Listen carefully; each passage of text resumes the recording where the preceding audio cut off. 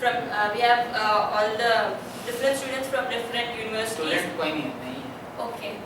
All the people who want to explain about their research and how they have been motivated, and they want to motivate the remaining people who are trying to do research in that field.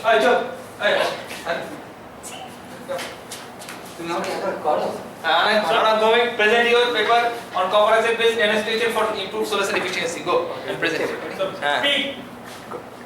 Okay, so that was I proudly invite Anagh Bhaumik from Missouri State University to give his presentation on copper oxide based nanostructures for improved solar cell efficiency. Yeah, thanks a lot for all of you being here, and it's my honor and pleasure to present before you like our recent work and also our publication in some of the best journal, the Royal Society of Chemistry, which will be forming the first part of this talk. So what we have actually seen is that when we prepare by an energy efficient process, the hydrothermal technique, the phase mixture of copper oxides, which is really nanostructure in nature, nano-lacy structure, it has unique optical properties. So that will form the first part of this talk. Second part of the talk, what we have done is that we have incorporated these optically active nanostructures, the phase mixture of copper oxide, onto PLD grown zinc oxide, copper oxide thin films for improved solar cell efficiency. The first thing that you are seeing here is a table of contents of the recently published paper in RSC, and this the paper that we have submitted for this thin solid films journal. Now the outline of today's talk will mostly focus on introduction, which is the sustainable energy, why we need sustainable energy, and actually what is that form of energy, and how we use nanomaterials to produce energy, to store energy, and to actually make better energy, eco-green energy. Now how actually we can convert the solar to electrical energy. I will just skim through some basic principles and the required materials and device structures. And still there are some outstanding challenges which has still to be addressed by our future community. Now next I will discuss our research work. The first thing is that how we manufacture those active materials or optically active phase mixture of nanostructured copper oxides, and how we integrate those nanopowders or nanomaterials onto thin film grown by PLD process to make our final solar cell. Now next I will be going to discuss the synthesis and characterization of both those active materials and our solar cell device, and I will conclude my talk by just giving you physics. Actually here we are not trying to prove any breakthrough, we are trying to prove the physics behind the solar cells. Now energy conversion, as you can see, like it's rightly been told, like if you can convert only 1% of the solar energy, it can actually generate 5 million EG, which is actually exajoules, which is 10 to the power 18 joules, which is sufficient for burning fuel for the rest of your life. That means if we can somehow transfer the solar energy, which is available in abundance, to electrical energy, that would be really great. But those kind of energies are known as sustainable energies, which are being provided, like it can last for a really long time, it does no harm and leaves no residue, also known as eco-green energy. Now the sustainable next generation energy consists of making solar cell panels where actually you can light up the light bulbs, run even a train and work with your laptops. But there are certain kind of breakthroughs which are still to be achieved, and the first thing is that it must be commercially viable. That means you can make highly efficient photovoltaic devices, and a third generation nanomaterials and nanostructures and efficient storage of that energy. Now the unique properties that's being achieved by using nanomaterials is that when we move over from bulk to nanoparticles, we actually split up the electron levels. That electron levels becomes discrete. Now due to this uniqueness of electron level, it has some unique optoelectronic properties which can be tuned to form better solar cell devices. Now let's see how we can convert from solar energy to electrical energy. This is just a basic model of how a solar cell works. That's definitely a sun, and these are the photons which are hitting your solar cell. Now when we don't use nanomaterials, we just use semiconductor devices, it generates an electron hole pair, and the basic of a solar cell works in something like that. You must take out those electron hole pairs through an external circuit. Now here comes the point of view by using nanotechnology in solar cell devices.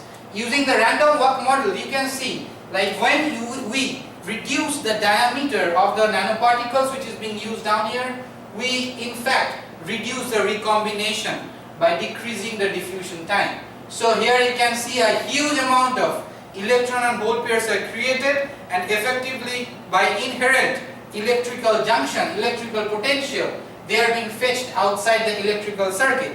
Now let me show you how we actually see whether our material is solar cell or not. The first proof is just measuring a VI curve at dark and illuminated portion. When we light the device, if the IV curve, this looks something like a diode. If it moves down, actually that's a really nice solar cell device. Now see exactly what happens at the interface. Now when a photon comes and hits there, the electrons are generated, and due to the inherent electric field, it bumps out from semiconductors and goes throughout the external circuit, thus generating an efficient solar power. Now let's move to our research, what we have done, and what actually we are trying to do is that we are implementing zinc oxide and copper oxide as the inherent semiconductors for making solar cell. Now it's widely being known like zinc oxide is a wide band gap N-type material which actually acts as the solar cell window layer. Now the copper oxide is widely being used as P-type material, but here we are making actually copper oxide nanoparticles by using an energy efficient hydrothermal technique which can efficiently capture solar energy twice better than that of silicon and 7 times better than that of commercially available copper oxide. And this paper actually will relate the physics behind the enrichment, and we are successful to prove like the multi-phonon scattering can actually prove beneficial for solar cell conversion. Now let's see how we synthesize and characterize our material. The first process is that since we are trying to generate energy, the materials which we synthesize must be done by an energy efficient process, also known as the hydrothermal synthesis. This is how all the rocks and minerals are formed in the earth crust by having tremendous amount of pressure and temperature, where thereby we can generate huge amount of nanoparticles from a really small amount of precursor. In our case we use copper sulfate, dot pentahydrate, and 3 type of bases, NH4OH, NaOH and KOH, at different varieties of pH and reaction temperature and pressure to form a phase percentage nanomixture of copper oxides. Now let's see how we make our window layer of the zinc oxide and the copper oxide. We use a very efficient technique which is being used worldwide to make thin films, which is also known as pulse laser deposition. Now it works on a very simple principle. We are having an excimer solid state laser and which hits the target and it creates the plume. We are having the reactive gas, and in our case we use oxygen as the reactive gas, and down our substrate, which is the bottom electrode, which is nothing but glass, over which we are having indium tin oxide. Now how we characterize the material? The first thing is to do XRD. We use a highly efficient Bruker DH discover for the Raman spectroscopy and PL analysis that you'll be seeing through this presentation are being done by Horiba Raman PL meter. And the beautiful scanning electron microscope images that we're going to see is actually down there in our Missouri State University department. It's FEI Quanta 200S. Now we have generated a LabVIEW program which can efficiently measure your solar cell performance throughout the day and throughout the night, as it's automated via LabVIEW. As you can see, there's a small stage. Actually we cover this portion to not to involve any stray light from the lab equipment, but right now we have removed the cover for better picture. Now the results and discussion. The first part, as I have told you, how we have proved like the copper oxide nanoparticles are actually better than the commercially copper oxide powder that you can buy from the market. These actually are the 4 different samples. We have made many samples, but right now we are showing those data actually which we have published in Royal Society of Chemistry. Now the first part, as you can see, this sample is actually having a phase percentage mixture of CuO and Cu2O, something around 97.7 and 2.3, and all these are having a different phase percentage of cuprous and cupric oxide. Due to the thing is that we have reacted at different reaction temperatures and under different reaction conditions. So we have used a Rietveld analysis, which is worldwidely being used for actually getting out this phase percentage and all the strain, all the bond angles, all the preferential oriented structures that you are having down here, and it's acceptable because it gives less than error of 10%. Now regarding the Raman spectroscopy, as I have told you, from the Raman spectroscopy we can actually see what are the optical modes which are vibrating down in the sample. As you can see, the sample A actually had 2.3% cuprous oxide, so it's having a tiny peak which actually corresponds to the vibrations of both copper and oxygen ions down in the crystal lattice of Cu2O. And these three modes, Ag, B1G and B2G, involves only the movement of the oxygen ions in the crystal lattice. And these three modes are pertaining to cupric oxide, not to cuprous. Cupric oxide, we know like it's monoclinic in structure and cuprous is cubic in structure, so we can actually find out by density of state functional equations how many Raman active and Raman inactive modes are there. And here we have schematically shown like where does the, like in this Ag mode, how the oxygen and the copper ions vibrate.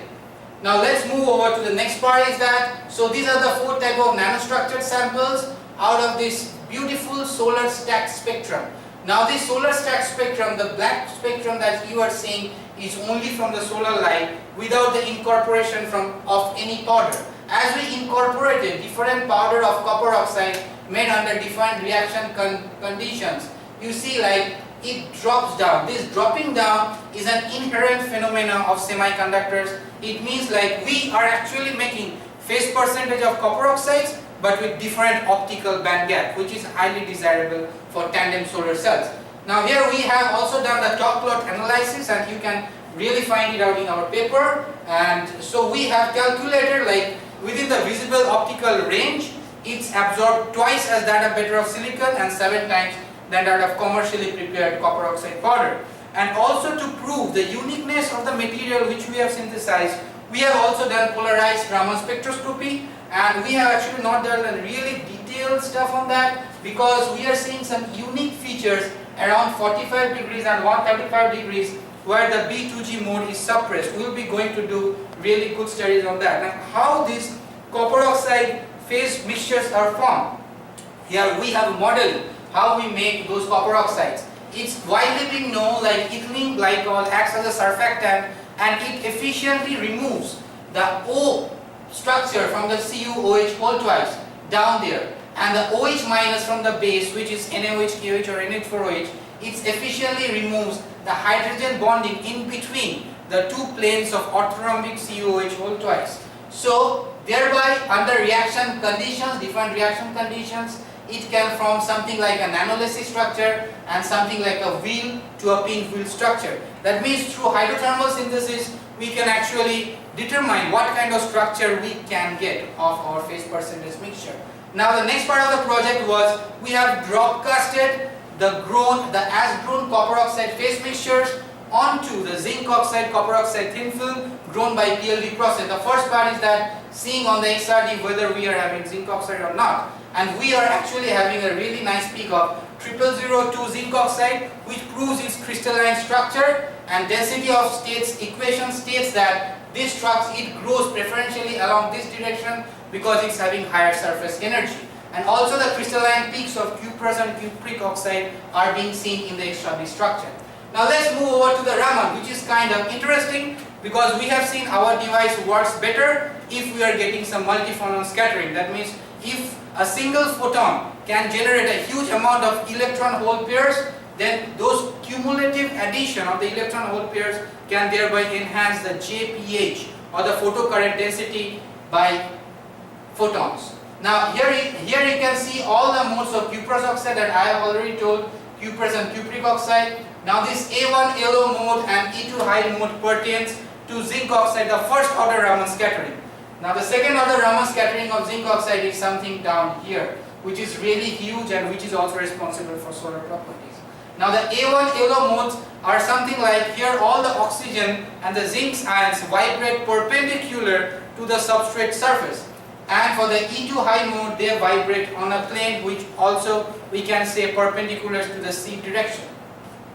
Now the PL was really unique, as all of you know, like zinc oxide is having a direct band gap of around 3.2 electron volts and it's having a defect peak, and this is only the second order electronic transition from zinc oxide. Now this defect peak here you can see we have deconvoluted the defect peak for better understanding of solar cell. Technique is that we have deconvoluted and we have found three distinct peaks which actually belongs to copper oxide. Now if the defect peaks are distinct peaks, it means like the defect levels are distinct.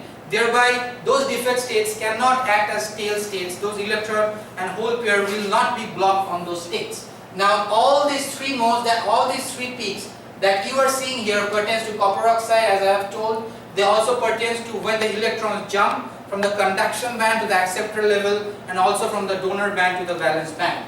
Now here you can see the really nice cross-sectional ACM view over the zinc oxide thin film. Over that we are having our nanostructured powder, and this is the mapping image really taken for a longer period of time, which shows really predominance of the zinc oxide thin film down here and copper oxide nanoparticles down there and oxygen distributed equally.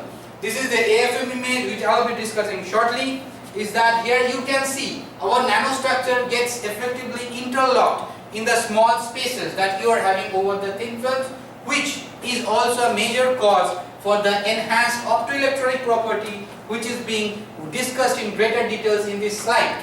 Now before I go over to this C portion of this drawing, which is actually the nanoparticle incorporated device, we found it wise first to see whether it works with copper oxide thin film or not. The first device is only we have used copper oxide thin film over zinc oxide and we have mounted electrodes. In the second device we have used commercially purchased copper oxide, and the third device we have used the copper oxide phase percentage nanostructured mixture that we have manufactured by hydrothermal synthesis. In the first portion you can see that there is a slight increase in the JSC, maybe to around 0.34 microamps, milliamps per centimeter square, and in the second case you can see when you use commercially purchased copper oxide, it increased to something around 5 milliamp per centimeter square. But as we had thought our nanopowder would work the best, actually it also worked the best, and here you can see there is a huge increase in the short circuit current density by around 180% from 5 milliamp per centimeter square to something around 15 milliamp per centimeter square. And the best part is that it's only after 1 hour annealing. After 2 hour annealing there was a huge increase up to more than 20 milliamp per centimeter square. And thereby there was also increase in the open circuit voltage from 0.3 to 0.4, which is really great. Now the open circuit voltage is based on like how far your conduction band of the P-type is far away from the valence band of the N-type. And so due to the reason of better band alignment, when we use the nanopowder, we have a huge increase in the VOC and also a huge increase in the ISC. Now still we are having lots of work to do on the shunt resistance and the series resistance. As we see, like this, though this looks a perfect diode, but still we are aiming to look something like that, because in this case, as we know, for a perfect solar cell the shunt resistance must be infinite and the series resistance must be 0. So we are also trying to do that. For that reason I have told you from the first portion of my slide is that this is not a breakthrough work, as we think a lot can be done regarding resurgence of copper oxide based solar cells. Now the conclusion is that we can synthesize or engineer nanostructures by varying the process parameters, which are really easy. You can vary the reaction temperature or time and you can get a huge amount of nanostructures. Highly absorbing nanostructured copper oxide is highly beneficial for solar cell efficiency.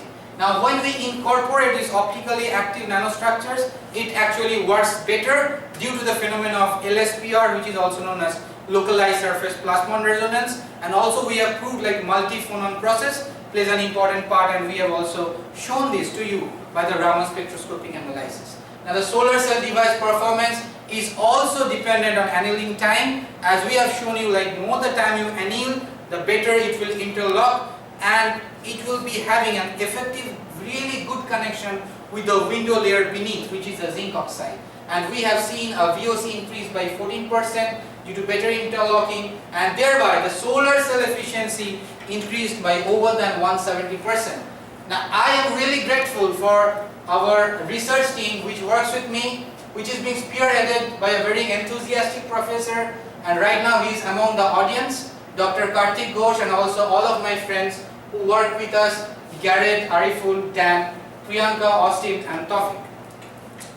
Now I acknowledge the National Science Foundation for founding the project, National Institute of Health, our department, the physics department down there in Missouri State University, our head of the department, Dave Cornelissen, Tammy Jang, and an undergrad student. Actually, he is not an undergrad student. I'm sorry about that. He is just a school student, Kushal Das, who actually helped me to prepare some of the samples. Now, still, we are in the process of making solar cell better. Solar cell which utilizes copper oxide as better copper oxide based semiconducting solar cells. So at this point of the time, I feel humble to quote some of the greatest physicists ever living. He is William Pollard, and I quote him: "Learning and innovation go hand in hand. The arrogance of success is to think that what you did yesterday will be sufficient for tomorrow," unquote. So we are always trying to get something better and much more better. As you can see here, we are trying to grow uniform structure of zinc oxide, because zinc oxide acts as a very important layer through which electron hole pair can efficiently diffuse out through the external circuit, thus forming a better backbone of an efficient solar cell. Thank you, and that's all. Present কই করবেন? ওটা বলেন, এখন বলতে হবে। Okay, so as you can see, like right now I have presented before you. Okay, so can I get one more minute? Okay, that's fine. Thank you, Professor. So as you can see, like right now we are doing a detailed work on copper oxide based solar cells. But I'd like to inform, with being humble, is that I also work with ferroelectric solar cell devices and also in biomolecule sample. So right now I'm in the 3rd semester of my graduate program, the master's program, down there in Missouri State University, and I am constantly striving hard to go for really good publications, and I'd like to go, or rather find, a unique platform where I can effectively work really nicer ways. So I'll be applying for PhD programs, and if someone really likes this talk, he or she can contact me after this presentation is over. Thank you.